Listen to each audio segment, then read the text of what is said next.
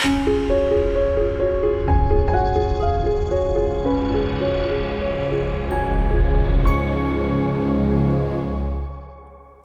pozdravljeni. V pripravah na volitve, ki bodo 22. marca, predstavljamo politične stranke, ki kandidirajo na volitvah. Tokrat je z nami Slovenska demokratska stranka. V studiu gostimo predsednika SDS-a Janeza Janšo in magistra Andreja Širclja. Magister Šircelj pa je predsednik odbora za finance pri strokovnem svetu SDS, pa tudi seveda nekdanji finančni minister. Zdaj začnimo najprej s političnim vprašanjem. Gospod Janša, večkrat ste bili že vprašani, pa je prav, da malce ponovimo. Zdaj ta trdna večina, kot ste rekli, da brez te trdne večine ne bo vlade, kaj točno zdaj ste s tem mislili, koliko je to? Je to 60 poslancev, 46 in kaj bo, če to ne bo? Zdaj, absolutna večina, ki je potrebna za sestavo vlade, je 46 glasov, zanesljivih glasov, ustavna večina razuma, kot mi pravimo, pa je 60 glasov. Oboje potrebujemo, ni pa nujno, da je 60 glasov v koaliciji, ki sestavi vlado. 60 glasov mora biti glasov razumnih poslank in poslancev v parlamentu. In kaj se bo zgodilo, če tega ne bo?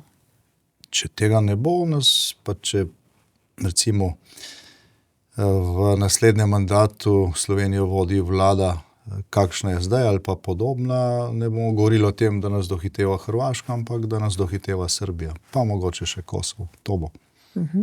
Do zdaj se vodili že 3 vlade, to bi bila, če jo boste vodili, bo 4.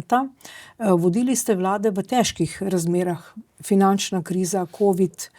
Kaj je tisto, kar ste se naučili iz vseh teh vlad, ki ste jih vodili, česa ne bi ponovili, bi kaj ponovili? Kaj je pustilo na vas tak vtis? Ne, zagotovo ne bi ponovili reševanja težkih situacij z manjšinsko vlado.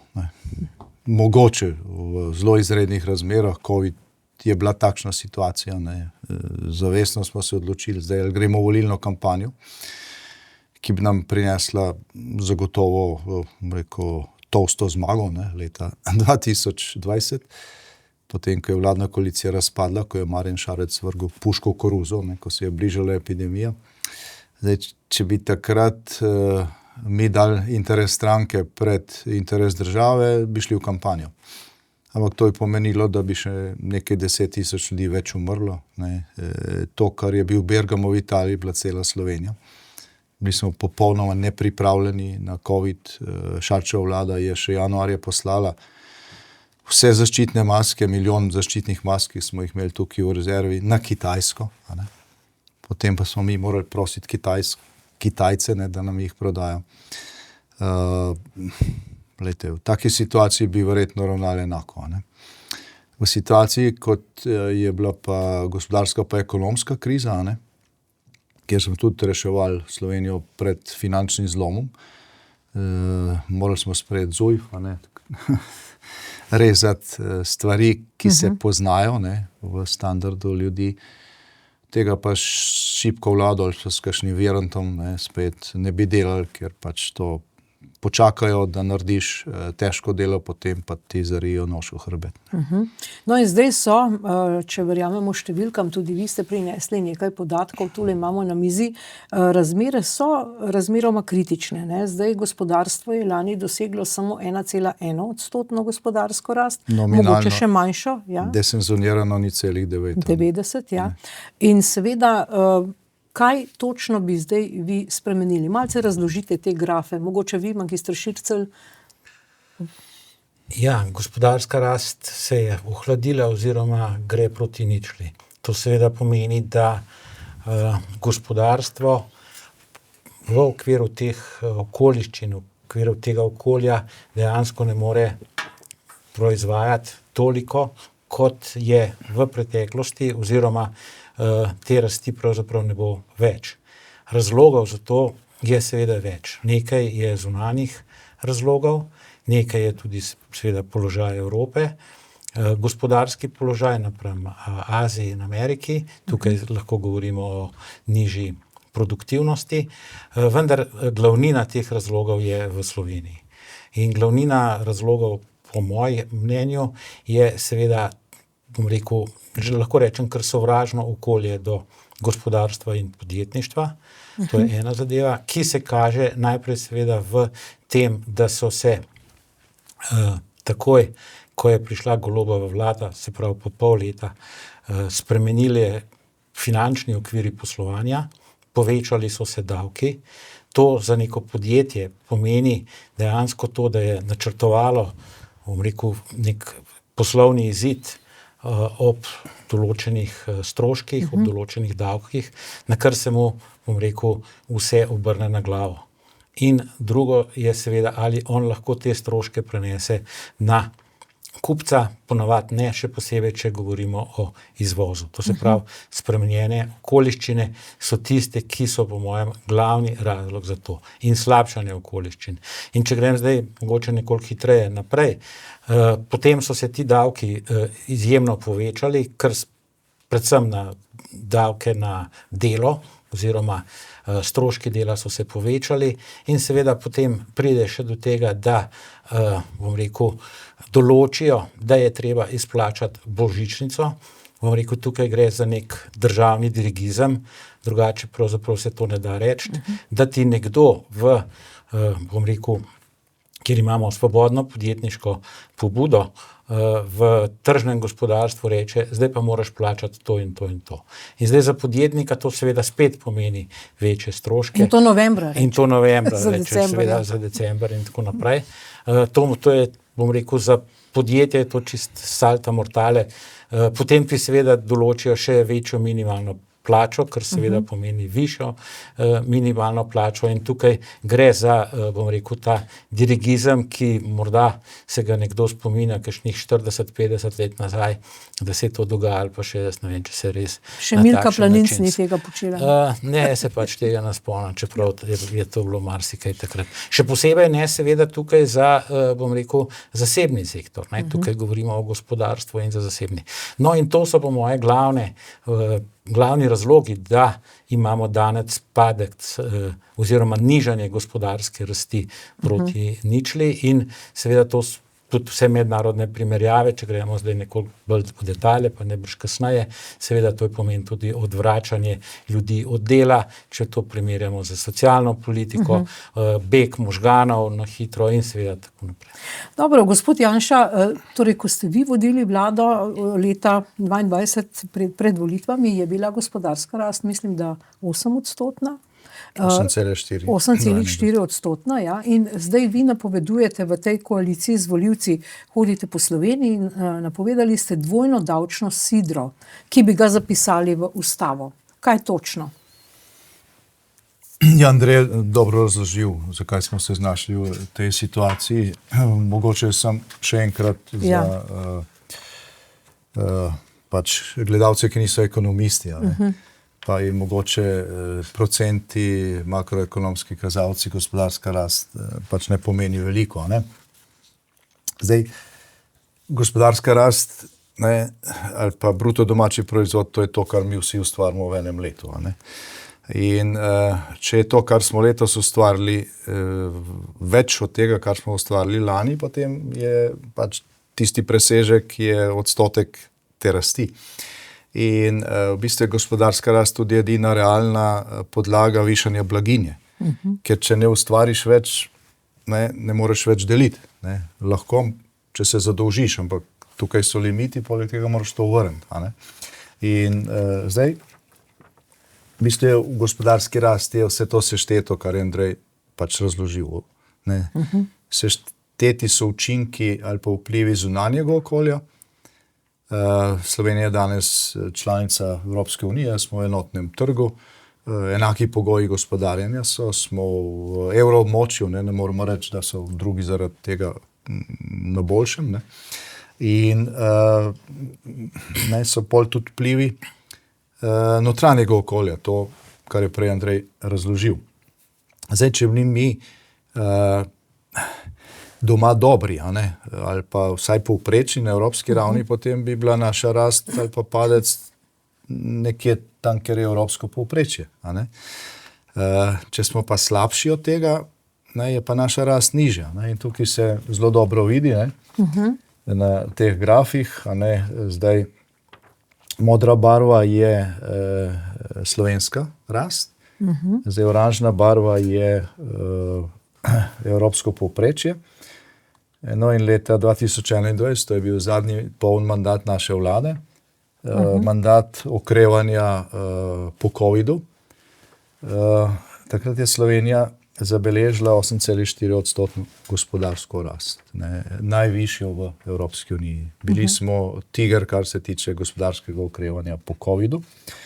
Tudi Evropa je relativno hitro okrevala, natisnili smo veliko dodatnega denarja tudi takrat, sprostili nekatere inštrumente, ampak mi smo še vedno za 2,5% točke boljši od Evropske unije. Ne? No, potem je prišla Golobova vlada, ne? In se je začelo. Ne? Najprej je ta zagon še nekaj časa trajal. Sicer smo padli 2022, ker so začeli ukinjati nekatere ukrepe, ki smo jih mi sprejeli, zato da je bila rast višja. Evropa je srečala nekje svoj padec ali pa najvišji padec leta 2023, ker je bila Slovenija še vedno boljša, ampak potem je evropsko gospodarstvo začelo rast, mi pa smo začeli padati. In če pogledate tukaj zdaj še samo pač graf za Slovenijo, ne, se natančno vidi, ne, kako je šlo navzdol. 2,7, 2,4, 1,7, pa 1,1 nominalno, ne. Ampak če to desenzioniramo, se pravi, to preračunamo na povprečno število delovnih dni, ne, potem je to 0,9, ne, realno. Se pravi, je manj kot 1%. In to je kritično, se pravi, imamo gospodarsko rast, ki je za 30% nižja od evropskega povprečja in imamo inflacijo, ki je za 30% višja od evropskega povprečja, kar pomeni, da se je zelo zmanjšal tisti dodatek, ki ga lahko delimo za povečanje blaginje, plače pa so v tem času v javnem sektorju šle gor, kaj za 9%. 9,7, mislim. Ne? In tukaj zdaj si lahko predstavljamo, ne, kaj bo. Ne? Ja, v naslednjih letih, ne, če se ti ukrepi nadaljujejo, se bomo itak potopili, ne, ampak tudi, če pride resna vlada, ne, ki jo nameravamo sestaviti, bomo rabili leto po pol, 2 leti, da se ti trendi stabilizirajo, ker zadev ne moreš obrniti čez noč. Podjetij, ki so se preselili na Hrvaško, ne boste dobili nazaj čez noč, ne bodo mal počakali. In z tega vidika je to, kar ste pač postavili vprašanje, to davčno sidro, po mojem mnenju, nekaj, kar lahko bistveno pospeši, obrne trende in pospeši okrevanje, ker se vzpostavi stabilnost. Se pravi, po domače rečeno je to davčno sidro ustavno omejitev deleža bruto domačega proizvoda, se pravi tega, kar si ustvarimo, ki se ga lahko pobere z davki in prispevki. Se pravi, to po domače rečeno zaščita žepov davkoplačevalcev in bilanc podjetij. Ne, tukaj je treba najti razumno mejo. Mi imamo neke predloge, ampak zdaj ne govorimo o procentih, zato ker za to ustavno sidro potrebujemo 60 glasov. Se pravi, neko ustavno večino razuma, 60 razumnih poslancev. In znotraj tega bo pač potrebno določiti to mejo. In znotraj te meje je treba seveda zagotoviti tudi delež BDP-ja, ki se nameni za financiranje lokalne samouprave, ne? Ker se morajo občine pogajati za povprečnino, pa se to nekako določa.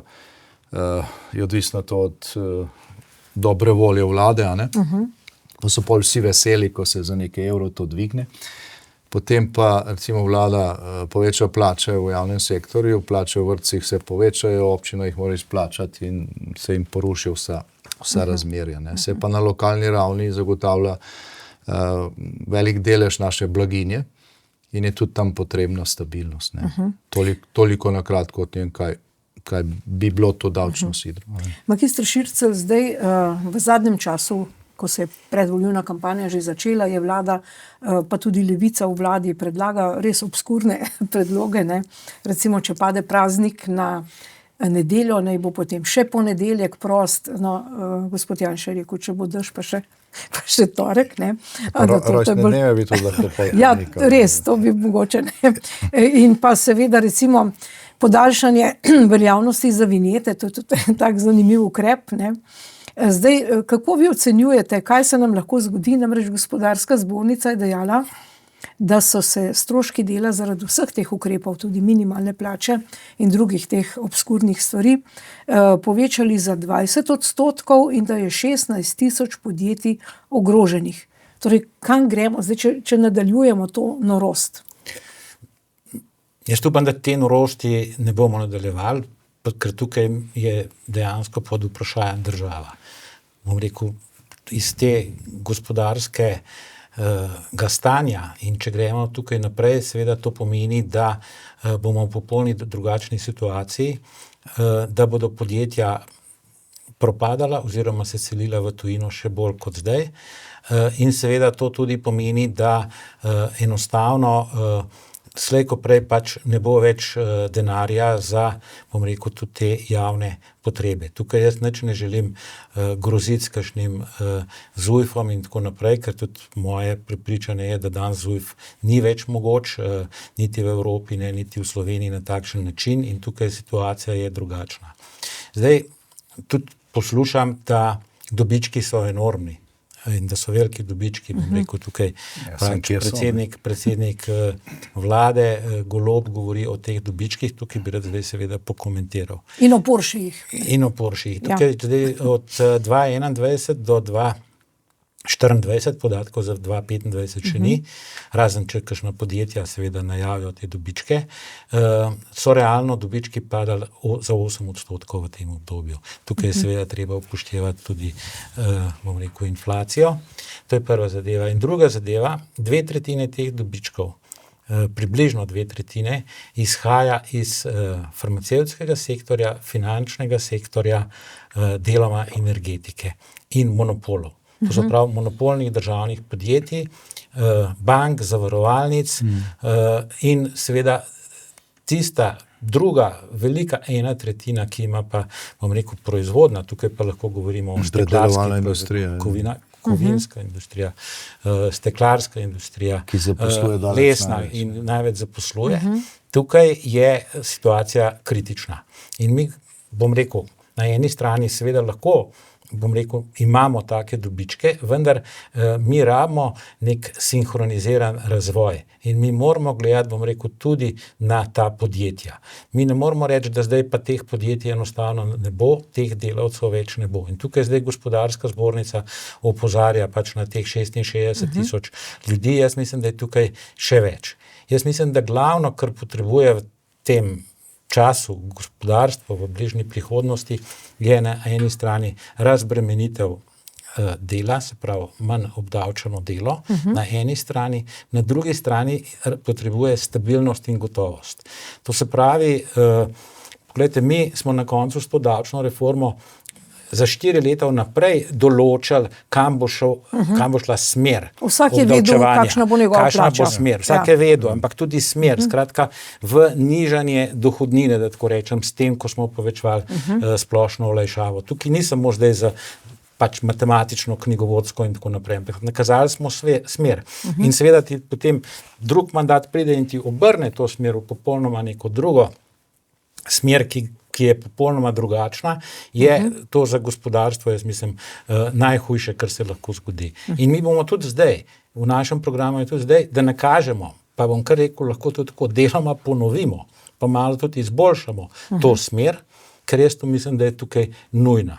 In seveda na drugi strani, da zagotovimo tudi za, bom rekel, te pod narekovaji normirance in tako naprej, skratka ta mlada podjetja, nova podjetja, ugodnejši davčni položaj, ker zdaj, kar se pa s temi dogaja, mislim, tukaj je pa, ne bom rekel, da so že, ne vem, ljudje že kar izumljajo neke omejitve, tukaj mislim, da seveda da predvsem ministrstvo za finance za tem stoji. Zbegano. In ne vem, koliko časa ne smeš delati, pol, če to zapreš, podpreš, pa tako naprej, pa zdaj se neki 5 let, 3 leta, 1 let. Nič ne more biti nobene omejitve. Ti lahko vedno na novo ustanoviš podjetje. Če enega zapreš, drugega odpreš. Tako da tukaj je pač to čisto splošno pravilo. Tako da tukaj, kar tisto, kar gospodarstvo dejansko potrebuje nov zagon. In potrebuje gotovost in stabilnost, da bodo šle to okolje, finančno, davčno, gospodarsko, birokratsko, administrativno, v smer seveda tudi zmanjševanja tega administracije in birokracije. No, gospod Janša, pomagajte mi. Če lahko dodam, ker ta beseda, ki Andrej uporabil, stabilnost, je dejansko ključna. Ne.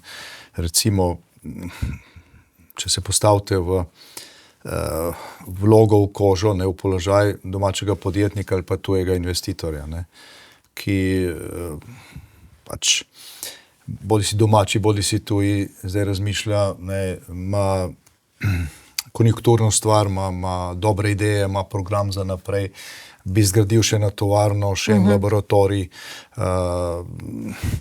in išče dobro lokacijo. Ne. Slovenija se mu zdi fajna, ne, dejansko smo košček nebes na tem planetu, ne, ampak pol gleda, ne, ali ima na voljo dovolj izobražene delovne sile, ali je tukaj, ali bo čakal 10 let na dovoljenje za to, da bo lahko halo zgradil, ali bo to v realnem času in predvsem bo gledal, kakšni so pogoji poslovanja, kakšni so davki, a ne. In to je zelo pomemben faktor odločanja. In če on vidi, da ima vlado, ne, ki izvaja kubanske eksperimente, kot to dela ta vlada, glejte, ne, mogoče se bo kdo odločil iz raznih razlogov, večina se pa pač ne bo. Ampak je obraten trend. Ne. Tisti, ki so že tukaj, pač gredo ven, domači in tuji lastniki podjetij. Ne. Zdaj, če vidi, da je tukaj neka trdna vlada, ne, ki bo zastavila stvari za 4 leta, kot smo mi, s tisto mini davčno reformo, potem je to že en pomemben dejavnik odločanja o tem, da bo nadaljeval poslovno aktivnost tukaj in da bo še dodatno investiral. Ne. Če pa mi damo tukaj še močnejše sporočilo, ne. Recimo brez davčnega sidra v ustavi, kaj bi bilo še tako močno sporočilo? Močno sporočilo je bilo, da spremenimo volilni sistem.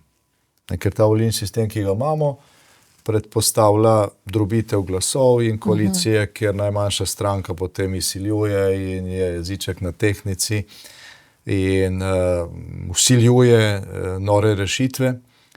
Pa tudi, če ima samo 4 poslance, če so ti 4 poslanci tisti, ki omogočajo večino za sestavo vlade. Ne? In v vseh koalicijah se je pač to dogajalo in je vplivalo na to stabilnost. Mi smo že zmagali na referendumu za večinski volilni sistem, spremenili so ustavo, preprečili so to, ali bo še kdaj 60 glasov na voljo. Referendum zdaj ni več mogoč o tem, ali bo še kdaj 60 glasov za voljo za večinski sistem. Če je bila zelo huda kriza, jaz mislim, da ja.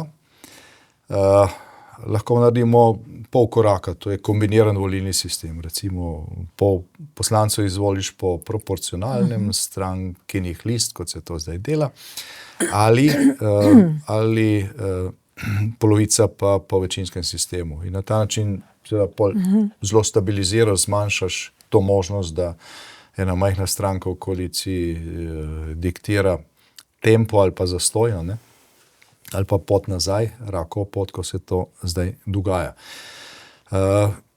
Če pa uspemo oboje, se pravi, če bi stabilizirali politični sistem, pa tudi davčno okolje, potem bi pa po moje Slovenija šlo zelo hitro na pot dohitevanja najbolj razvitih, ker te potenciale pač imamo. In recimo, če bi podjetnik vedel, da pač vlaga v državo, ker v ustavi piše, da nobena vlada, ker vlade se menjavajo v vsakem primeru vsake 4 leta, ne more preko neke razumne meje poseči v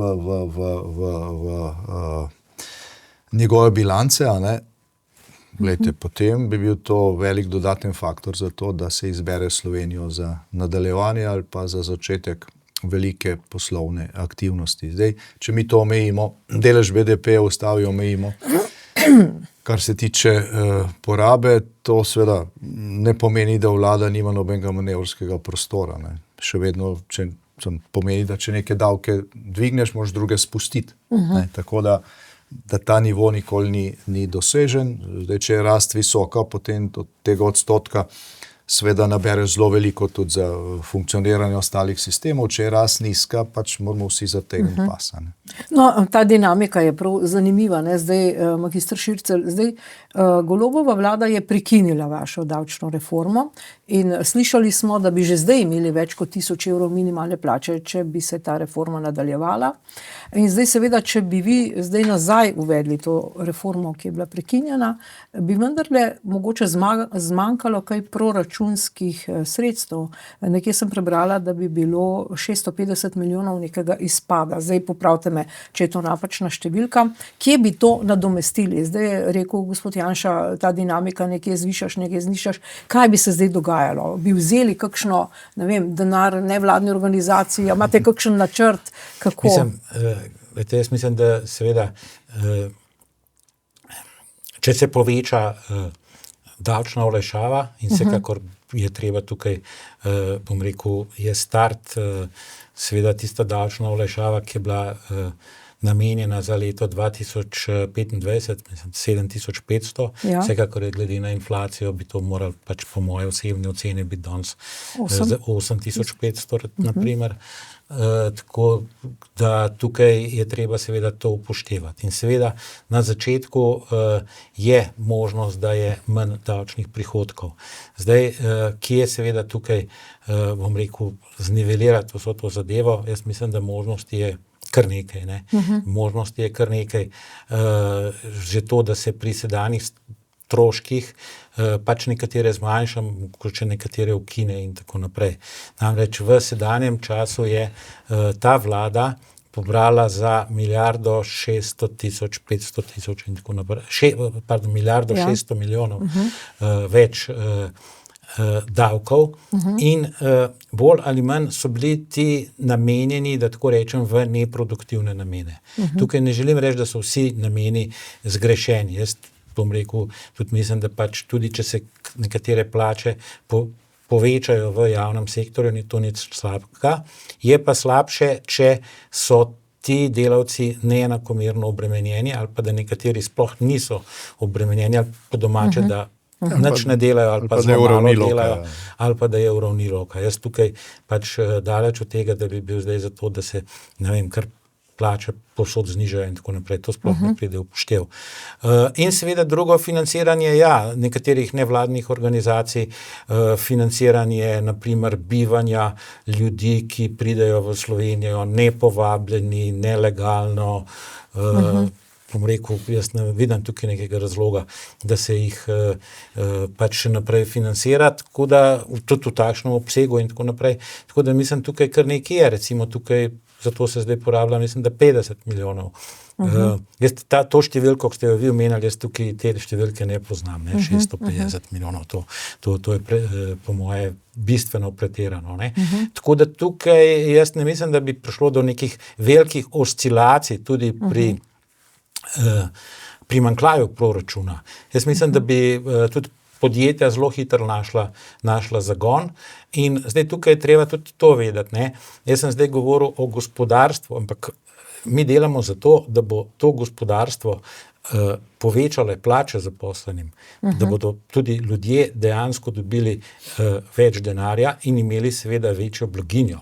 Mislim, tukaj je cilj je seveda ta, da ima cela država večjo blaginjo, da imamo seveda gospodarstvo, ki je ekonomsko uspešno in na drugi strani tudi zadovoljne ljudi in ljudje, ki vedno več naredijo ne v smislu tega fizičnega ali kakršnega koli dela, ampak v smislu vrednosti, da se seveda da je ta dodana vrednost čim večja in da imamo zaradi tega seveda, da imajo oni več prihodkov in več dobička in seveda tudi država več davkov in prispevkov. Tako da z tega zornega kota je to in tukaj seveda tudi nameravamo še naprej namenjati denar v zdravstvo, mogoče bomo o tem še kaj rekli tudi. in tako naprej, in v te dejavnosti. No, govoreč o teh zadovoljnih ljudeh, najbrž je ta velika skupina volivcev, več kot 600 000 jih je, to so upokojenci, oni pa prav gotovo vedo, koga bodo volili, ne, ker zdaj Golobova vlada je vsem upokojencem za 1% znižala pokojnine. Vi ste celo nekje izjavili, da menite, da je to neustavno, ne, in zbrali so zdaj za 150 milijonov preveč denarja, ki so ga zdaj dali nazaj v proračun, skratka premetavajo ta zbran denar. Mislim, da upokojenci, ki so se jim prav zdaj te dni pokojnine povečale samo za dobre 4%, še isti dan je direktor SPIZ-a govoril, da bo to skoraj 5%, skratka tu je zelo veliko manipulacij in če kdo ve, kaj voliti, je to penzionist. Kaj boste storili, gospod Janša? Ja, no, pač kar se tiče, veliko vprašanje je bilo zdaj o tem. Zdaj, kar se tiče tega prispevka za dolgotrajno oskrbo za upokojence, ga bomo ukinili. Tudi tisti, ki dvojnega plačujejo, zdaj smo dodali na ustavno sodišče, ker pa ne polagamo veliko upov, ne, glede na to, kaj so vse te napakirati. Pač to dvojno plačevanje prispevka nekaterih kategorij bomo tudi ukinili, se pravi prepolovili. In treba je zamrzniti tudi vsem ostalim plačevanje tega prispevka za storitve, ki jih ni. Razumete? Dolgotrajna oskrba. Lani se je po teh zadnjih podatkih, ki zdaj krožijo okoli, menda za te nove ukrepe dolgotrajne oskrbe porabilo 20 milijonov. Zbralo se jih je pa 240-270. In se je to porabilo pač za nekaj drugega, razumete? To je tako, kot da vi svojega otroka upišete v vrtec. In rečejo, ja, hvala, ne, ker ste to naredili, ampak mesto se bo sprostilo šele čez 2 leti. Zdaj vaš otrok je star pač 2 leti, se pravi, ko bo 4 leta star, ga lahko pripeljete. Položnico vam pa pošljejo že naslednji mesec. In vi plačujete še pač, ne, varstvo otroka 2 leti, pa ga sploh še nimate v vrtcu. Ne. To so naredili z dolgotrajno oskrbo, tako da to je pa čisto norost in bo treba te zadeve uravnotežiti. Ne. Kar se tiče upokojencev, še to, da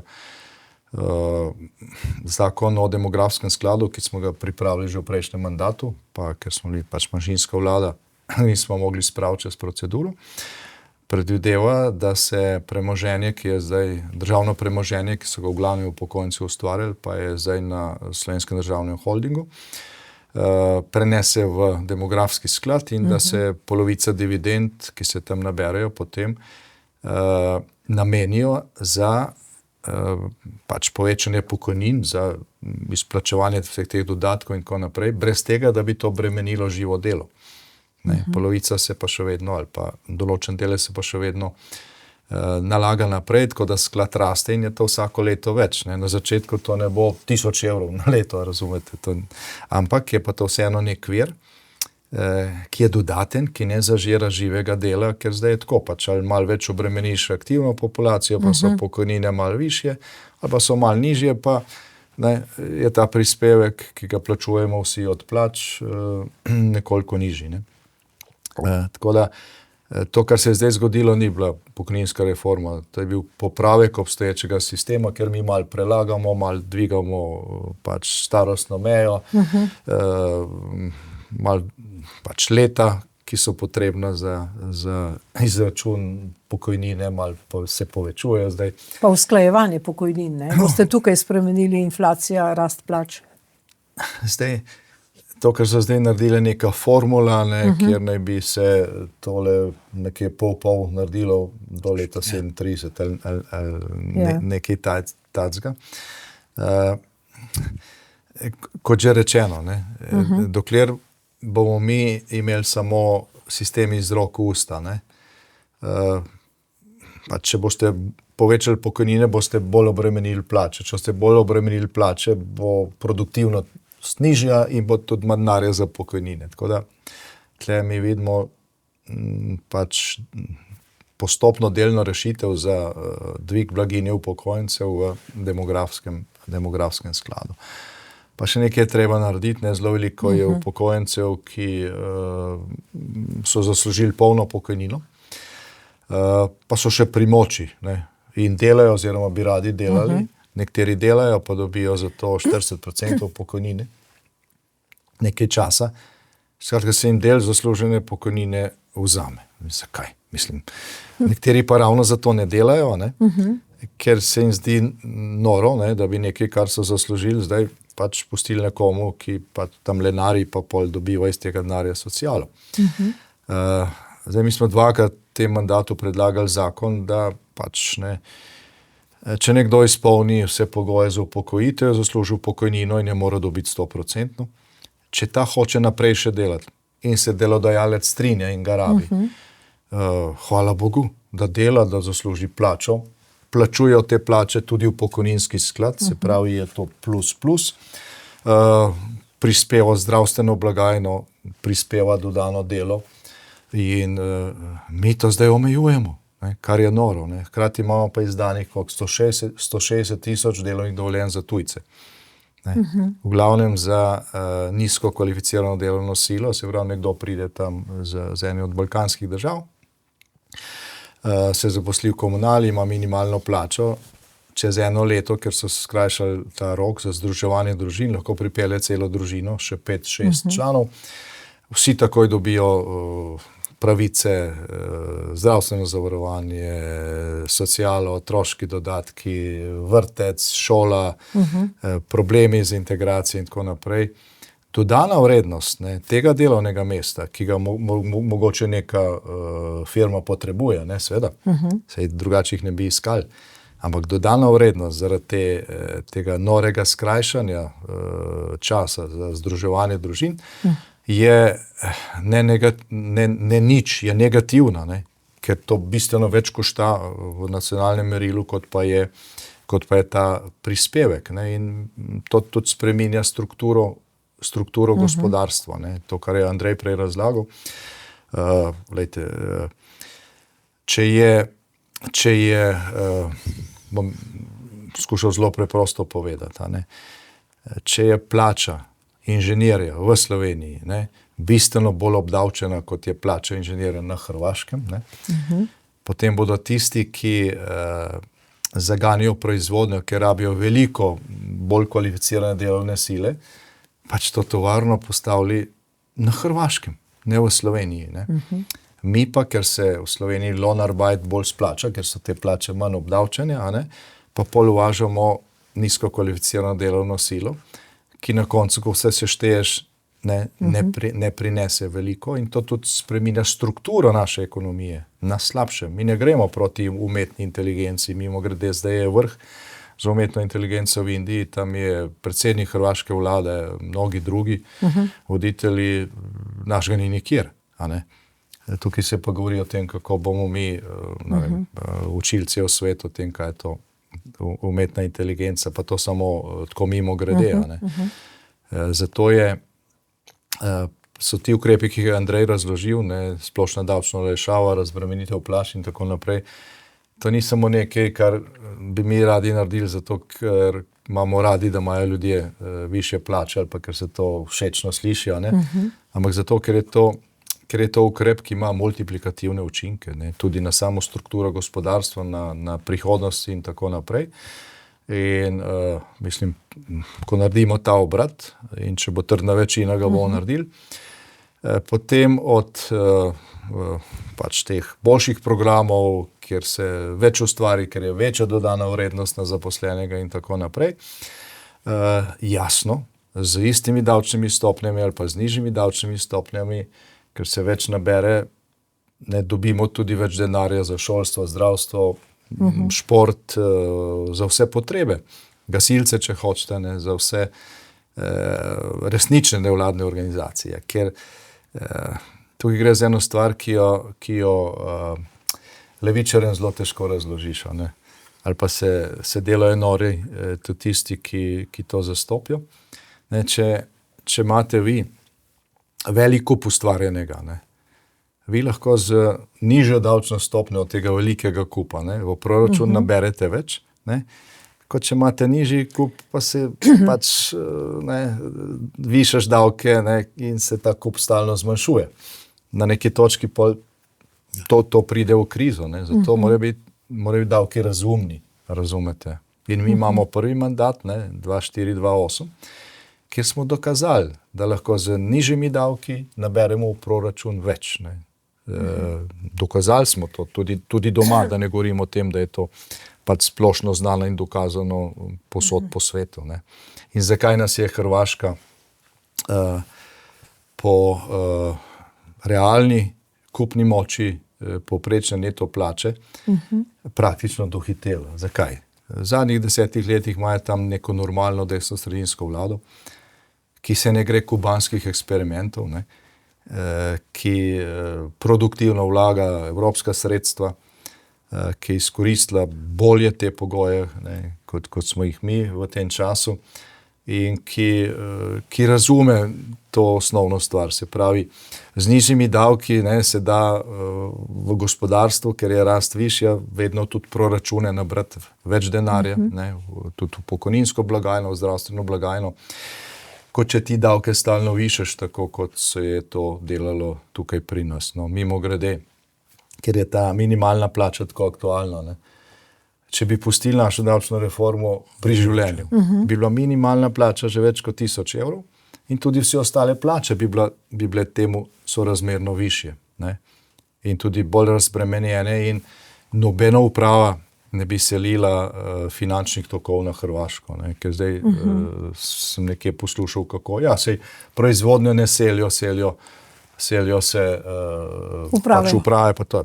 S tem se selijo tudi finančni tokovi, razumete? Črpalke petrola bodo še vedno tukaj, bensin boste še vedno plačevali tukaj, ampak če bo šlo upravo na Hrvaško, ne, gotovina, da gre tja, cash flow. Se bo tam nekje pol pobiral davek od dobička, pa presežna vrednost, pa tisti z visokimi plačami, ne, v teh upravah, ki bodo rezidentstvo dobili na Hrvaškem, bodo tam plačevali dohodnino, ne v Sloveniji. Ne. Mislim, to je tako preprosta stvar, ne, da te včasih glavo boli, da se to ne zastopi, pa da je to treba razlagati, pa da so pol nam učitelj, kako bomo potopili javne finance z to mini davčno reformo. Oni so jih potopili.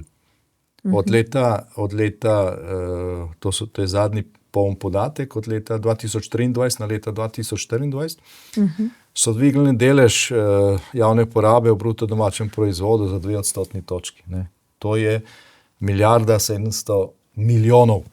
Ne. Zdaj, za 4 leta bo to po moje več kot 5 odstotkov. Ne. Bo to več kot 5 odstotkov, ker lani je to šlo tudi zaradi vseh teh prispevkov, ker smo prej govorili še bistveno gor. Smo pač na neki kritični točki, zato je treba to po moje omejiti tudi na ustavni ravni. Magister Šircelj, zdaj še eno upokojensko vprašanje. Vi ste upokojenec, tako kot jaz, pa sem zdaj ugotovila, da če za dodatno delo upokojencev, ne, to sem bila presenečena, je še poseben 25-odstotni davek. Mislim, to se mi je zdelo pa res prav noro. A boste to ukinili?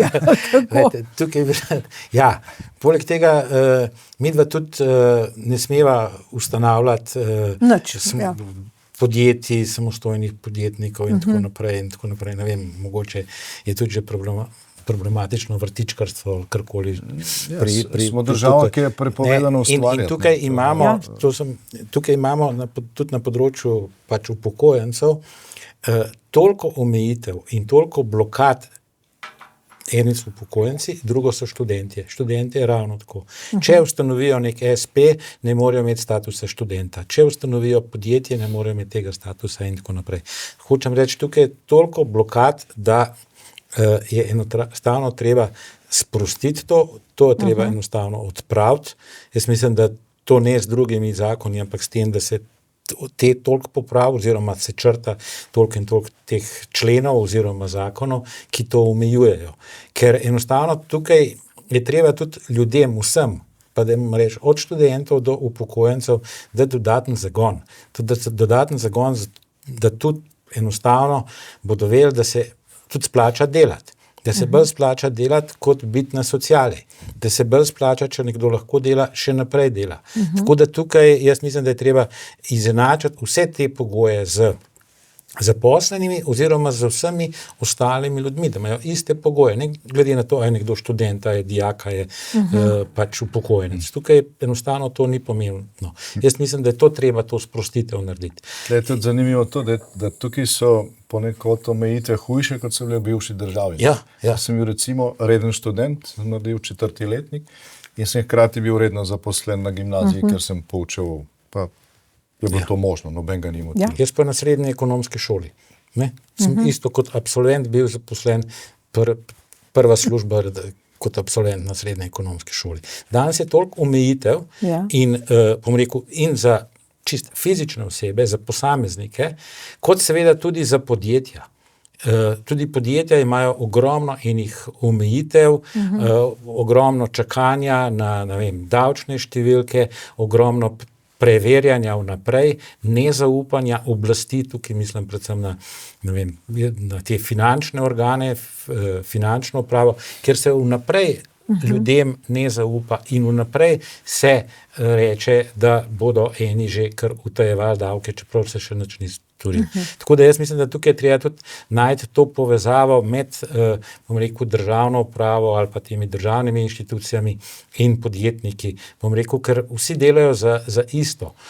In seveda tudi, če govorim pač o stabilnosti in gotovosti, ne more se spreminjati pogojev. Danes pač poslušam novice, se spremeni stopnja davka na dodano vrednost glede vgradnih omar. Ne? Mislim, ne vem, to je nesprejemljivo.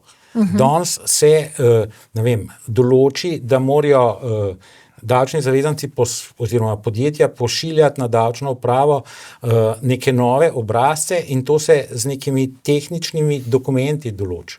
Ne vem, bom rekel, knjigo prihodkov iz vstopnega davka pa vstopnega davka. To sploh zakonom ni določeno. Tukaj se kar nekdo spomni in dejansko to naredi. In seveda to povzroči stroško, to povzroči nestabilnost in enostavno je treba, bom rekel, tukaj sprostiti celotno družbo okoli teh pretiranih administrativnih predpisov, birokracije in tako naprej. No, vprašanje seveda za oba, recimo, če boste vi finančni minister, če bo gospod Janša sestavil vlado, za oba vprašanje, kako se bo vlada in kako se boste vi spopadali z javnofinančnim in proračunskim primanjkljajem? Mislim, da sva na to že odgovorila. Pustili bomo gospodarstvo, da diha, ljudem, da ustvarjajo, manj bo teh omejitev in ne bo več primanjkljaja. Rebalans proračuna bo pravzaprav tisti, ki bo prvi pokazal dejansko tudi novo, bom rekel, velikost porabe in seveda tudi strukturo porabe. Se pravi, kaj bo država financirala. Verjetno bo financirala nekaj novega, verjetno pa nekaj starega ne bo financirala. In jaz seveda mislim, da zagotavljal se bo finančni okvir, stabilen finančni okvir, tudi mednarodno. Tukaj jaz mislim, da nobenih mednarodnih inštitucij ne sme ali pa ni treba, da skrbi za to, da bi se takrat karkoli zgodilo. Nič, bom rekel, takega, kar bi povzročilo kakršenkoli padec na področju javnih financ ali karkoli drugega. Stabilnost in gotovost bomo zagotavljali. No, v tem obdobju teh 4 let Golobove vlade se je vlada zadolževala na domačem trgu, izdali so državne obveznice, pa jih finančni minister pa predsednik vlade nista kupila, ker sta menda pozabila. Kako vi to komentirate?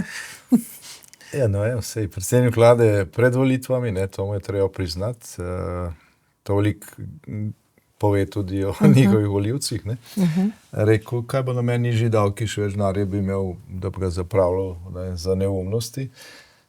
Zdaj očitno nima toliko denarja, da bi kupil nekaj, kar sam reklamira. Niso se pa zadolževali sem na doma.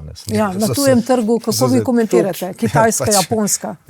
No, jaz z precejšno distanco gledam zadolževanje v teh 2 državah oziroma na Japonskem, pač zaradi določenih razlogov.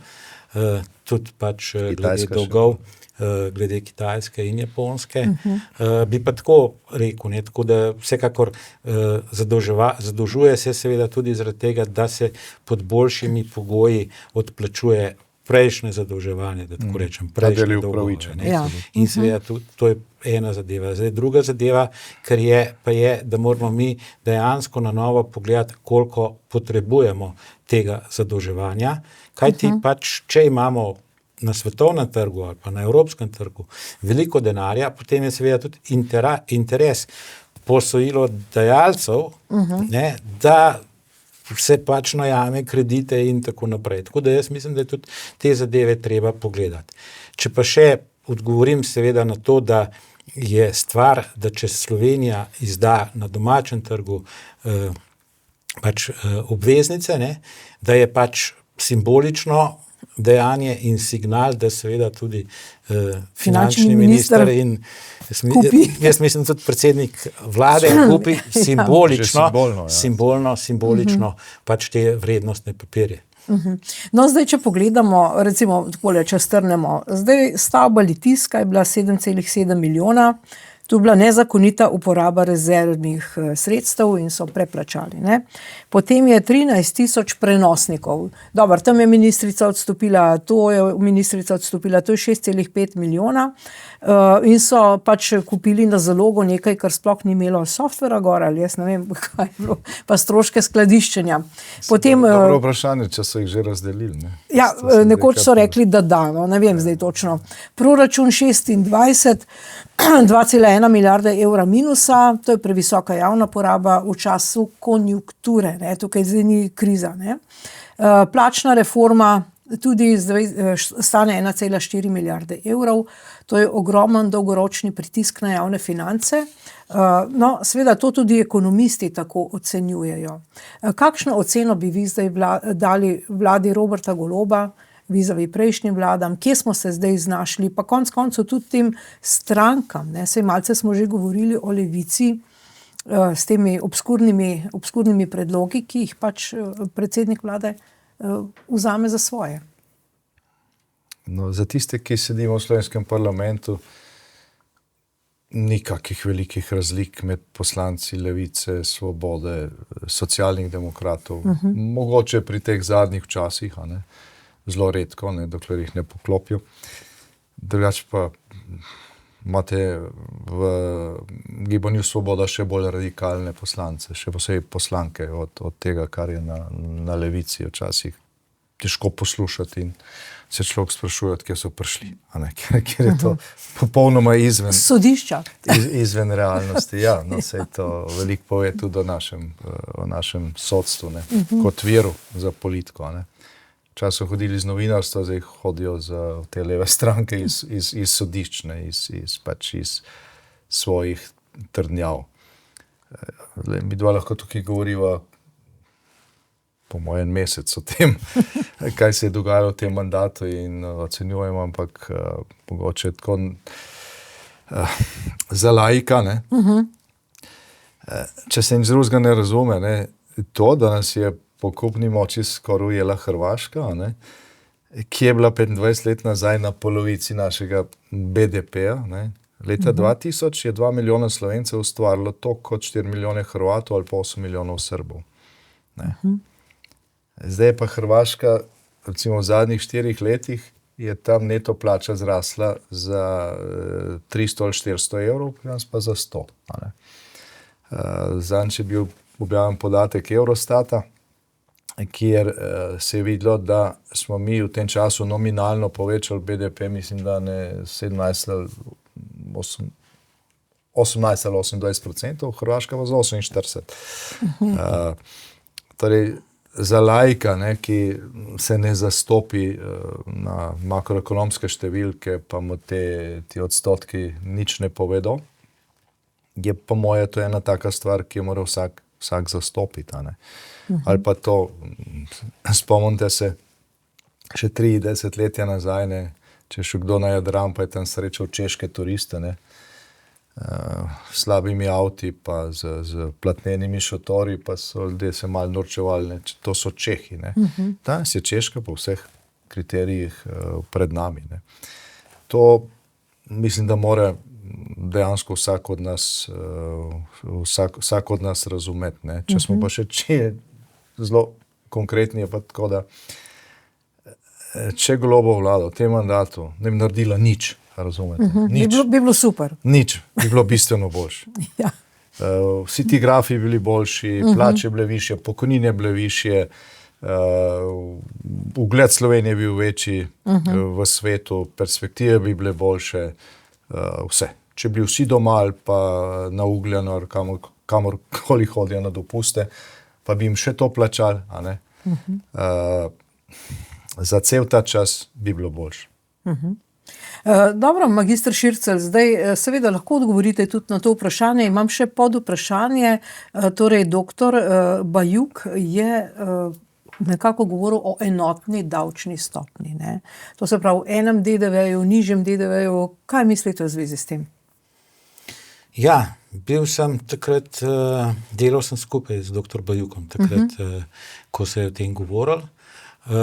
Takrat je bila to pač ideja, mi smo tudi proučili celotno, bom rekel, to idejo, naredili tudi nekaj analiz o enotni davčni stopni. Tukaj je seveda predvsem razlika največja, naprimer pri dohodnini, ne? Ker zdaj imamo progresijo, potem pa ne bi imeli te progresije. Mi smo takrat naredili, oziroma Ekonomski inštitut je takrat naredil pri ekonomski fakulteti analizo, ugotovil je, da ni zelo velikih razlik med takratno obdavčitvijo, ki smo jo takrat tudi uvedli, in enotno davčno stopnjo. Ima pa to precejšen psihološki moment in davke je seveda treba gledati tudi kot družbeni pojav, ljudje jih morajo sprejeti in tako naprej in morajo biti razumni. In takrat se spomnim, da smo uvedli iz 5 ali 6 stopenj 3 dohodninske. Seveda potem imamo, takrat mislim, da je bil 20% davek na dodano vrednost, davek od dohodkov oziroma od dobička pravnih oseb je šel dol, pa je bil tudi tam okoli 20%, tako da lahko rečem, da smo se nekako naredili smo nek približek temu. Srednjo pot izbrali takrat. To je bil trend takrat v Srednji Evropi, enotna davčna stopnja. Mnogi so jo propagirali, mi smo se odločili za eno srednjo pot in številne vzhodno in srednje evropske države, ki so šle takrat ostro na enotno davčno stopnjo, so potem tudi korigirale v našo smer. Ja, tako da to je bila ideja. Vsekakor, davčni sistem mora biti enostaven, predvidljiv, stabilen. To je bistvo v bistvu za vse in za posameznika, da zna računati svoj denar, koliko ga dobi in kam ga bo razporedil in koliko ga bo imel in kam ga bo investiral, kot seveda tudi za podjetje. In to je, bom rekel, tudi naša vizija za prihodnje. Tako da z tega zornega kota jaz upam, da bomo šli v to smer. To je dobro za državo, dobro za ljudi, dobro za družbo in seveda tudi dobro za to, da bomo, bom rekel, čez nekaj let lahko spet rekli, da smo koga od teh držav prehiteli in se približali pač tistim na vrhu. Ne. No, ko že govorimo o davkih, pa bomo potem to temo zaključili, ampak vendarle vi predlagate socialno kapico, pa mogoče nižji DDV na energente, malce, če to razložite. Mislim, socialno kapico predlagamo. Ja, pri kakšni ravni? To je tudi, zdaj bom tako rekel, naredili bomo izračuni, natančne, jaz osebno ocenjujem med 2 do 3 poprečne plače na tej ravni, 2 do 3 tukaj mislim predvsem na pokojnine, pokojninski sistem je tudi nekoliko se loči od zdravstvenega sistema.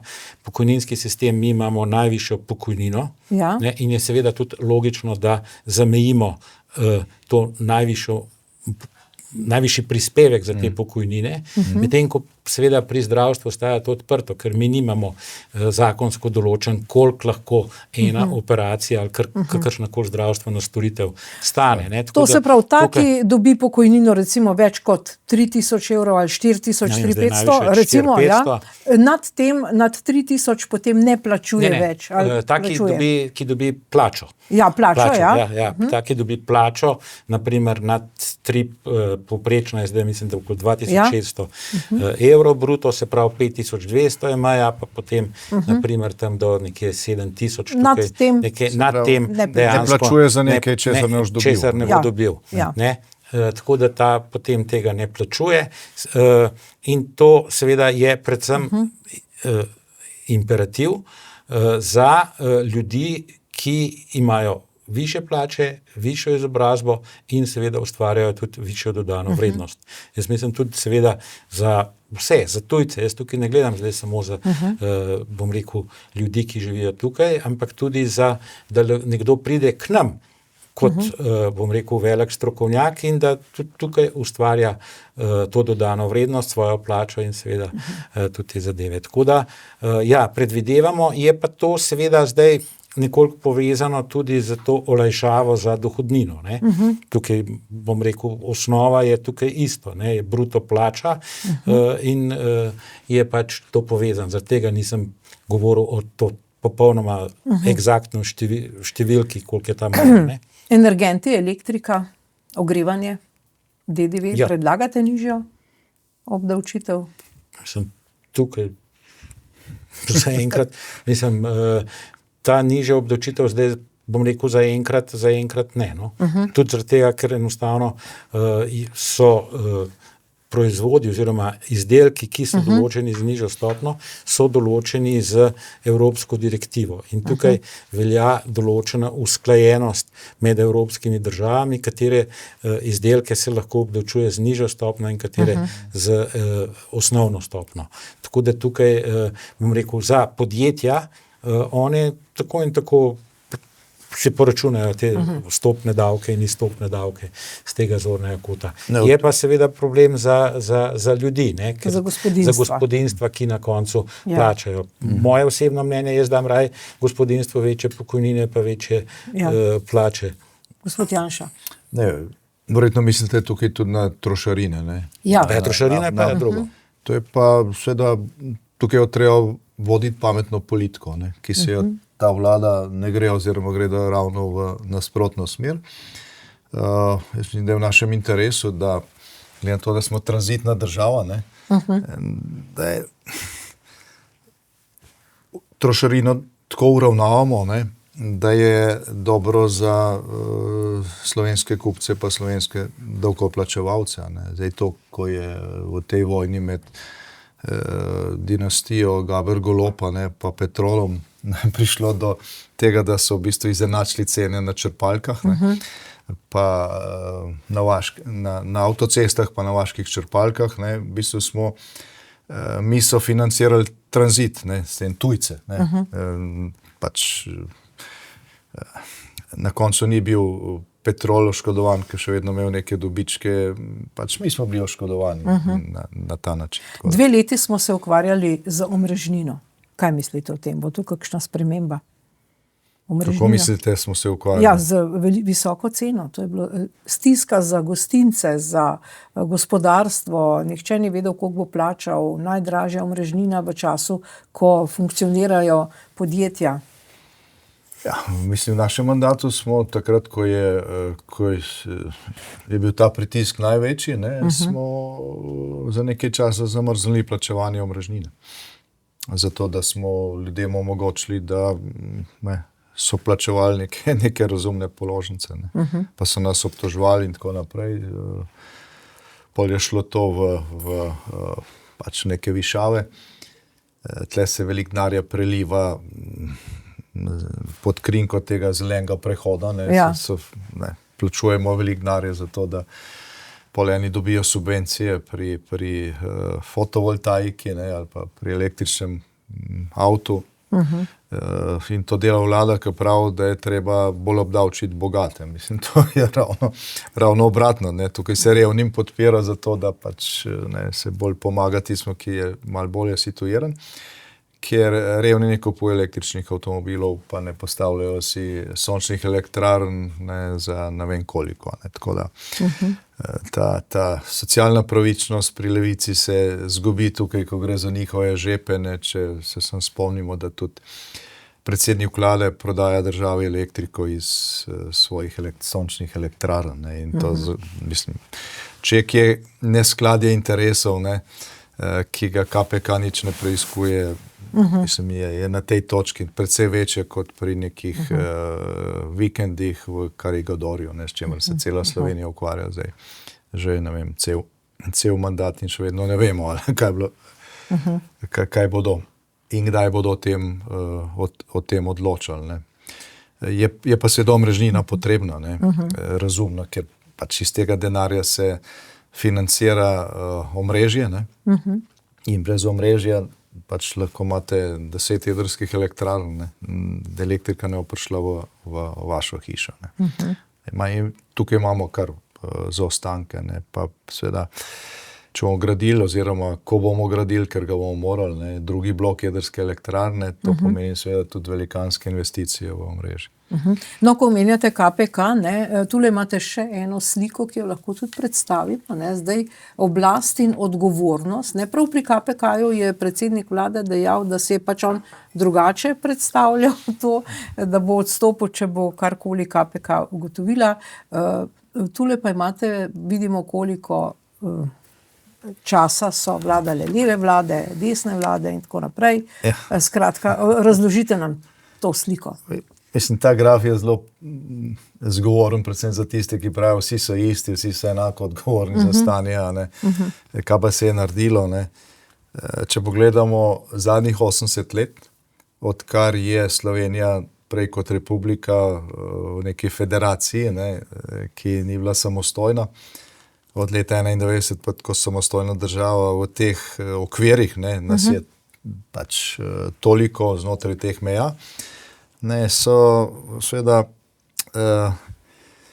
je levica ali pa trda levica, ne, velik del tega časa, brez volitev, ne, vladala koliko časa? 87% vsega časa. Ne? 87% vsega časa. Od osamosvojitve naprej smo imeli 27 let levih vlad, ne, pa 9 let desnosredinskih vlad. Praktično nobene desne vlade, ker vseh v naših koalicijah od Demosa naprej ne, so bili ljudje ali pa stranke z levega pola, vsaj ena, ne, ali Desus ali pa še kakšna druga. Ampak recimo, da so bile to desnosredinske vlade in vidite, ne, 13%, ne, to je pač toliko, kot je oblasti, je tudi odgovornosti. Ne. In če primerjamo mandate desnosredinskih vlad, pa levosredinskih vlad, lahko si rečemo za tisti prvi polčas do leta 2008, ko je bil tam Drnovšek, ne, da so bili mnogi razumni ukrepi, ne, tudi takrat, pa Slovenija šla v Evropsko unijo, se je prevzemalo pač te standarde in se je dalo tudi normalno sodelovati. Ne. Zdaj potem pa imamo to politiko novih obrazov, ne, ko ne, smo velikrat rekli, sej slabš ne more biti, ne? Pa smo vedno ugotovili, da dno nima dna. Ne? In vse do tega zadnjega mandata, ki ko levica izvaja praktično kubanske eksperimente. Ne? Tako da, tudi zaradi tega je ta primerjava s Hrvaško, ki je imela pa v tem zadnjem obdobju, pa tudi celotnem obdobju po osamosvojitvi, kljub temu, da so imeli težje razmere, bistveno daljšo vojno, kasneje prišli v Evropsko unijo, prevzeli evro šele pred leti, kasneje prišli v NATO, v OECD-ju še zdaj niso, ne? Se zdaj borijo za to. Ne, pa je vendarle ne, šlo bolje naprej v tem drugem polčasu. Ne? Ker leta 2008 je Slovenija dosegla ob koncu našega mandata 91% evropskega povprečja. Ne? In kjer smo danes približno glih tam. Se pravi, zapravljena priložnost v drugem polčasu, kjer je pač levica vladala 90%. No, Robert Golob govori, da potrebuje še en mandat, ne? In napovedali pa so še en davek, ki ga do zdaj niso uspeli plasirati, to pa je nepremičninski. Vi ga ne boste uvedli. Ne, mislim, zdaj tukaj je treba razjasniti zadeve. Ja. Ne? Mi imamo dva nepremičninska davka pod narekovaj. Prvi je nadomestilo za uporabo stavbnega zemljišča in drugi imamo tako imen star zakon o davkih občanov, kjer imamo davek na premoženje in tam so ravno tako nepremičnine obdavčene. Tako da mi tukaj imamo ta davek in mi ne bomo posegali v premoženje in v nepremičnine ljudi. Zdaj, tisti, ki govorijo o premoženju, ne, za njih bi bilo treba vprašati, kaj to premoženje vse je. Ne, in zdaj tudi berem neke predloge in tako naprej, mislim, da socialni demokrati so dali, kjer bodo vse premoženje obdavčali, in tukaj ga je treba definirati. Tukaj lahko začnemo z zlatnino v spalnicah, lahko začnemo z srebrnimi servisi, lahko potem nadaljujemo umetniške slike, hišni ljubljenčki, konji, seveda tudi vsi stroji, pridemo na avtomobile, turistične počitnice, nepremičnine, skratka, tukaj potovanja. Zdaj naj ti ljudje povedo, kaj pod vse to mislijo. Ker tukaj se mi zdi to tako problematično in v bistvu to je strašenje ljudi, ne? Do kam bodo dejansko posegali. Ne? In zdaj, jaz ne vem, jaz mislim, da pač to razumni ljudje predlagajo in da vejo, kam se to gre. Tega se ni zgodilo nikoli. Še manj, da bi recimo, kar se govori tudi o obdavčitvi depozitov, vlog. Ja. To govorenje, to bo povzročilo zelo turbulence na finančnih trgih. In jaz bi bil tukaj zelo previden, ko se o tem govori. In tudi zdaj, če govorijo pa o nepremičninah, dajmo že enkrat si pač naliti čistega vina. Večina teh nepremičnin je dejansko od pač izgradnje nakupa, kakorkoli bilo plačanih že kar nekaj davkov. Jaz jih zdaj ne bi naštel od dohodnine, vsi prometni davki. Pa vsi prometni in tako naprej. To je bilo že vse plačano. Tako da z tega zornega kota jaz tukaj mislim, da je popolnoma nepotrebno. Ne nazadnje, finančni učinek od teh dveh nepremičninskih davkov, ki sem jih nadomestila za uporabo, pa tega premoženjskega davka, ki danes obstaja, je okoli 300 milijonov. To, če ga še enkrat več povečate, bom rekel, s tem ne boste rešili javnih financ. In tukaj ta korelacija, ta povezava. Rabite pa še eno ministrstvo, da to vse računa pol. Ministrstvo za nepremičnine. Tako da, še ne vem koliko odločb, unga, tretjega. In to, da se pač dela povezavo, mi bomo znižali dohodnino, takrat, ko bomo uvedli nepremičninski davek, to sploh ne gre. Finančno to ne gre, razen če oni mislijo, da bodo obdavčali nepremičnine, da se bo za pač nek 60 kvadratnih metrov stanovanja, ki je vreden morda 200,000, plačeval davek 10,000 evrov. Mislim, to so norosti, ki se tukaj dejansko in tukaj ljudje ne vejo in so pač ustrašeni in jaz bi rekel, da tukaj dajmo malo znižati to temperaturo glede uvedbe nepremičninskega davka. Ne nazadnje vlada Alenka Bratušek ga je uvedla, oziroma ga je celo parlament sprejel. Padel je na ustavnem sodišču iz 5 členov. To se pravi, 5 členov je bilo neustavnih. Tako da tukaj jaz verjamem, da je tudi pač nekateri ljudje, ki bi to računali pa tako naprej določali te davčne osnove in gor in dol, so morda celo zainteresirani za kakršnega koli zaslužka in tako naprej. Ampak tukaj mi tega ne bomo niti predlagali, niti uvedli. Je pa zanimivo, ne? Zdaj, ena od vladnih strank je predstavila svoj program za naslednji mandat. Edina stvar, ki je bila konkretna, je ta nepremičninski davek. Pa še to so dodali tudi cerkveno premoženje. To je pač ne še en ideološki poudarek so dali noter. Zdaj, večina ljudi ni pogledala tega njihovega predloga, ampak če pregledaš tisto, dejansko gre za dodatno obdavčenje vseh nepremičnin. Ne? Nekaj, kar je tudi z tega vidika neke pravičnosti, ki jo oni skozi poudarjajo, popolna norost. Neka družina, ki je 20 let garala kredite, odplačevala, zgradila hišo. Ali pa prišla do lastniškega stanovanja, so se odpovedali v tem času, so vozili starega golfa, garali cele vikende, niso šli na dopust, nič, da so prišli do tega, zdaj boš pa to še dodatno obdavčil. Nekdo, ki je v tem času živel v neprofitnem stanovanju, si je privoščil počitnice, plačeval neprofitno najemnino, užival vse vikende, nikoli ni prijel lopate v roke. In zdaj bo tisti, ki je bil priden, še naprej plačeval za tega, za ker ga itak že sprot plačeval. Ne. To je res. Ne. Stranka, ki to predlaga, bi se morala drugače imenovati. Ne. Pa tudi tisti, ki so to podprli, ne, recimo Logar je takoj rekel, ja, podpiram uvedbo tega davka. V Levici so rekli, še bolj bi bilo treba. To je stranka SD. Ja, to je stranka SD je to predlagala. Tile poslanci Gibanja Svoboda, polovica njih je v parlamentu reklo, uvedli bomo nepremičninski davek. Ne? Hkrati pa, ne, to je pa bilo na predstavitvi programa Gibanja Svoboda, ne, je bilo tudi zelo rekel, komično, ne, ko so naenkrat dali v program za naslednji mandat razbremenitev plač.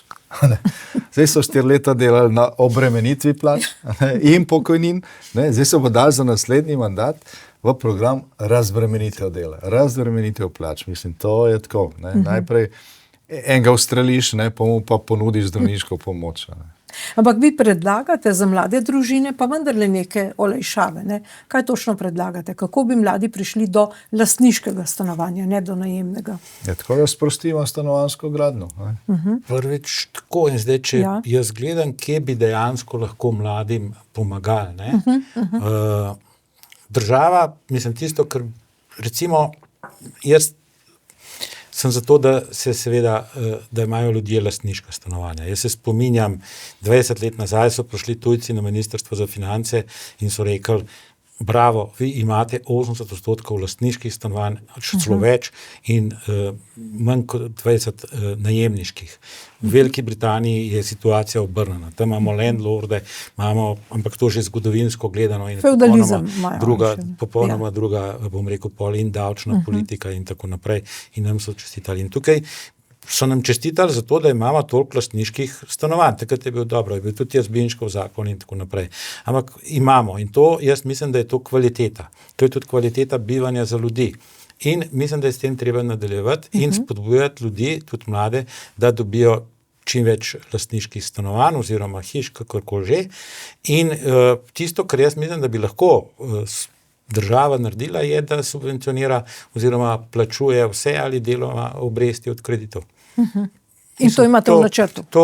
Ja, je recimo v načrtu, da pač nekdo vzame kredit in potem pač stanovanjski sklad, da plačuje najemnino, plačuje obresti, recimo to je vsekakor eden izmed načinov, da se to naredi. Pa hitreje do zemlje, ne? V bistvu, pa da hitreje, jaz mislim, Slovenija ima polno prostora.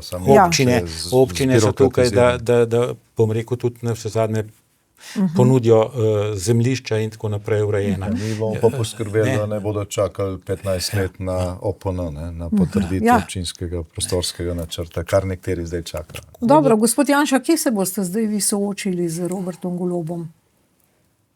Cankarjev dom ste predlagali, gospodarsko razstavišče? Kjerkoli, edini pogoj je pač, da ni on tisti, ki določa, kdo je medij, ki se zasluži to ime, lahko pripeljete kjerkoli medij, 2. Jaz bom pripeljal 2 profesionalna novinarja, ne vem še koga, ampak zagotovo to moja stvar, njegova stvar, da pripelje 2. Lahko smo tam 4 ure, lahko je publika, lahko novinarji sprašujejo, publika sprašuje, nobenega problema. Ne želim pa hoditi na medije, za katere Golob pravi, ta je medij, ta pa ni medij. Zdaj, kaj ne, jaz tudi isto rečem, jaz pa bom šel samo na Novo, pa na Planet, ne bom šel pa na Pop TV ali pa na Depolitizirano. Ampak na to ne boste šli na RTV Depolitizirano, to ste rekli zaradi tarče? Ne, itak celotna opozicija ne hodi, zato ker pač smo doživeli v času svobode nekaj, kar v času janšistične diktature ni bilo. Nobena oddaja ni bila prepovedana, nobena ni bila ukinjena, kritizirali so nas od jutra do večera. Tukaj so pa v bistvu prepovedali oddajo v volilnem času. Jaz mislim, da razen v Belorusiji ali pa na Kubi tega nikjer ni. Severna Koreja. Ok, saj tam ni moja volitev. Dobro, zdaj mogoče zunanja politika na hitro, recimo, zdaj ali smo mi tole članstvo v varnostnem svetu OZN zapravili? Smo, ja. Ja, zakaj? Ja, se spomnite, kakršnega koli koraka, ki ga je Slovenija naredila preko varnostnega sveta, po katerem bi se nas kdo zapomnil. Razumete? Jaz se pogovarjam praktično dnevno s kolegi ali pa z bivšimi kolegi iz Evropskega sveta. Zdaj Slovenija je zanimiva, ker bodo volitve in tako naprej. Sad se moram jaz povedati, ne, za članstvo v varnostnem svetu. Noben ne ve, da smo tam. Razumete? Noben ne ve. Edino, kar si je mogoče kdo zapomnil, tisto, ko je ta naš ambasador Žbogar vstal, mislim, da za minuto žalovanja, ko je umrl ta iranski diktator. Ker eni so ostali, eni niso, pa se je videlo, kdo je kje. No, pa tudi ukvarjanje recimo s Palestino, z neuvrščenimi, Kamalo Harris, Madurom. Kaj nam je to prineslo? Ja, nič, ne. Mislim,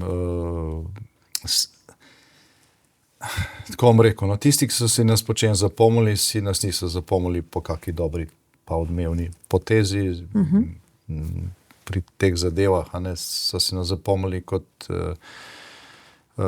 vroče zagovornike Hamasa, Irana, rekel, enostranskega pogleda na situacijo na Bližnjem vzhodu, skupaj z Irsko pa Španijo, ne, ki veljajo za, rekel, tako malo v mednarodni politiki zatavane države oziroma vlade, ne, češ kaj ti delajo v zahodni civilizaciji, v Severnoatlantskem zavezništvu.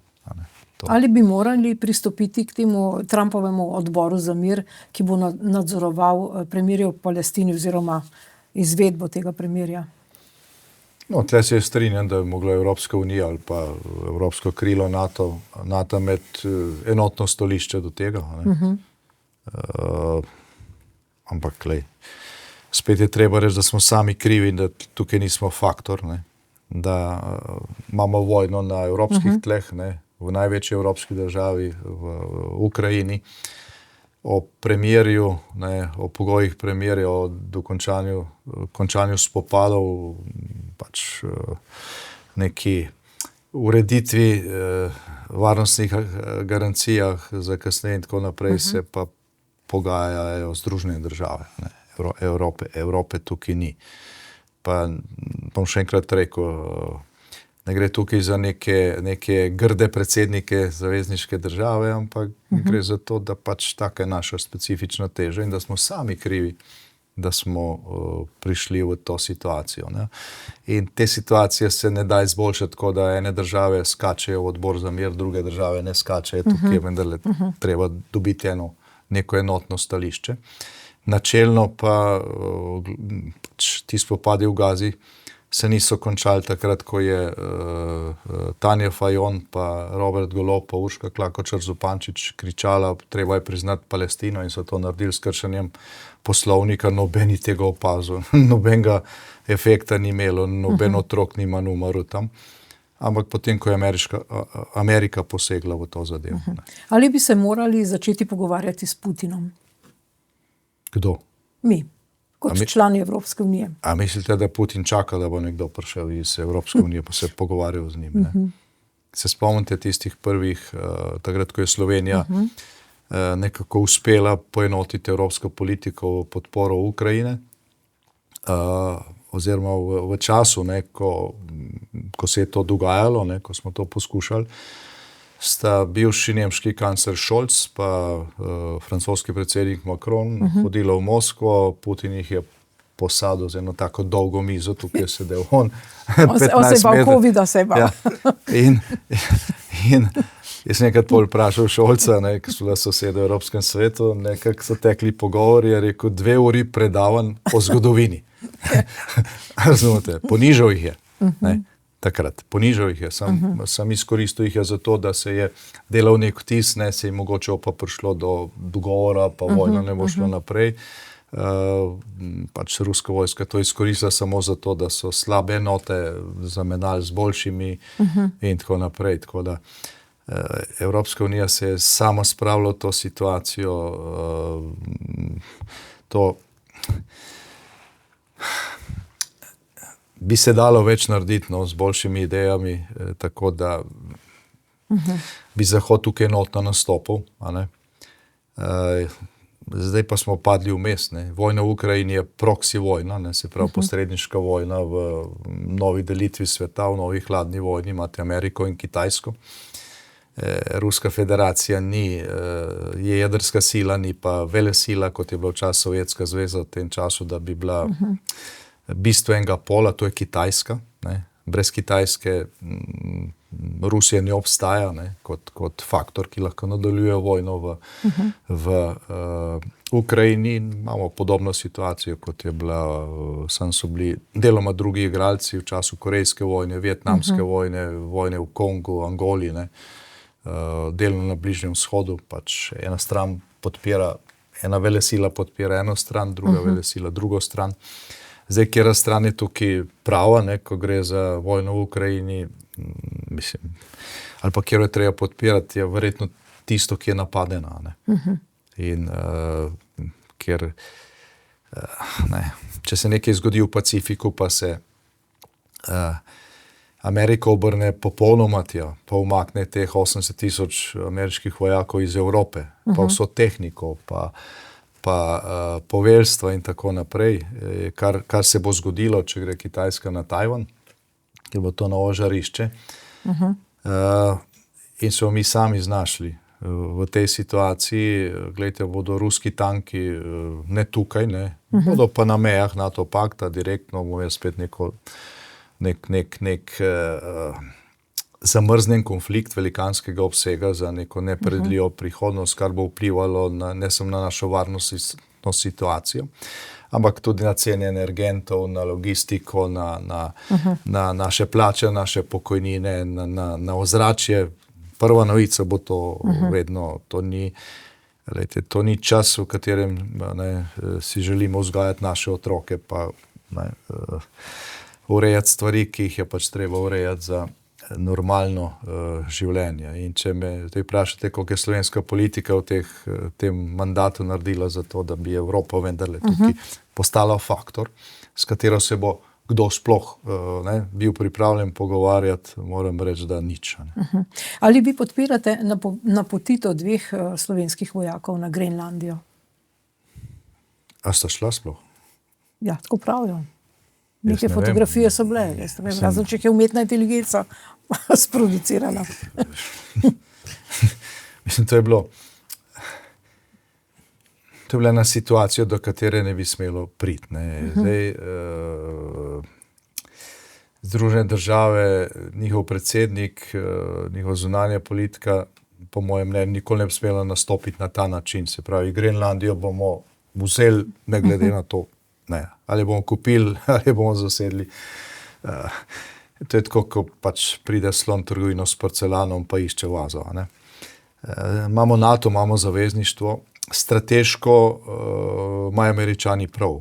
Grenlandija je ob topljenju ledu, ob tem, da se odpirajo severnomorske plovne poti, ne samo z vojaškega vidika strateška točka je, če dalje bolj, ampak je tudi z ekonomskega vidika. To so vrata k nam, na zahod, enako kot Panamski kanal. Kar se tega tiče, vse drži v njihovi strategiji nacionalne varnosti. Ampak gledajte, kar se Grenlandije tiče, to možno urediti znotraj NATO. Zato imamo to zavezništvo. Ni treba reči, da bomo pa mi to kupili tako ali drugače. Je popolnoma napačen pristop na ameriški strani, še bolj patetičen pristop na evropski strani, ko so pol tja pošiljali Nemci, mislim, da sam za en vikend, dva, ali pa 10 vojakov, mislim, zakaj? Pa so šli nazaj.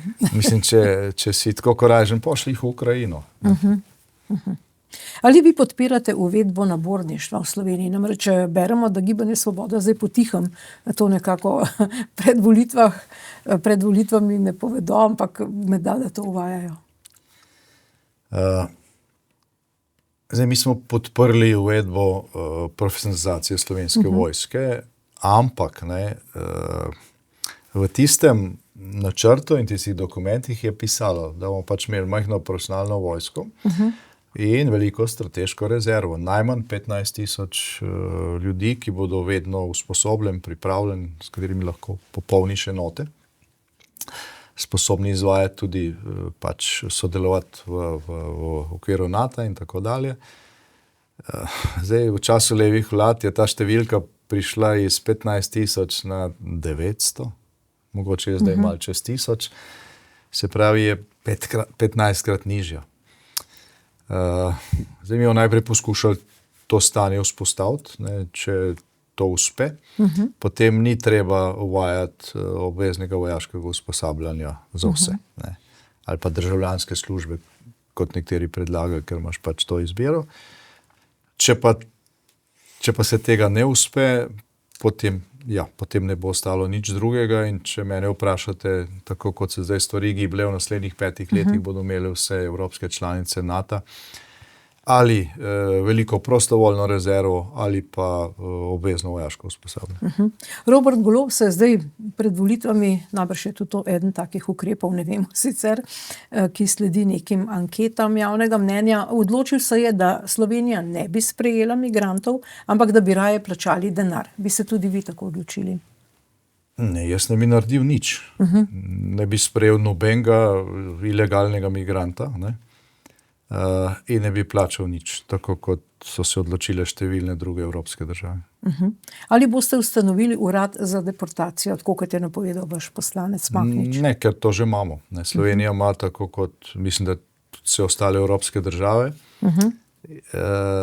tako v pravnem redu, kot v izvedbenih postopkih, ne, predvidene ukrepe za tiste, ki pridejo ilegalno v državo in ne izpolnjujejo pogoja za azil. Se pravi, niso begunci iz Ukrajine, ker je vojna, ne, ženske in otroci, ampak so to za boj sposobni moški, ki prihajajo recimo iz Maroka, ker ni nobene vojne, a ne, pa kamor mi odhajamo na dopust. A ne.